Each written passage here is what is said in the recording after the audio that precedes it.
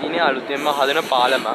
මේ පාලම දැන් තියෙන පාලම උඩින් යත් පෝස්ට් ගොඩාක් ස්පීඩ් අඩු කරනවා. ඒ කියන්නේ ඒක දැන් අබලන් තත්ත්වයේ තියෙන්නේ. ඒක නිසා අලුතෙන් පාලමක් හදනවා. මේ තියෙන්නේ මුත්තෙට්ටු ගලයි ගණේවත්තයි අතර තමයි නෑ මුත්තෙට්ටු ගල නෙමෙයි. වැල්ලවයි ගණේවත්තයි අතර තමයි මේ පාලම හැදෙන්නේ. දැන් අපි යාලේකේ වැල්ල පිටකට නගාලා.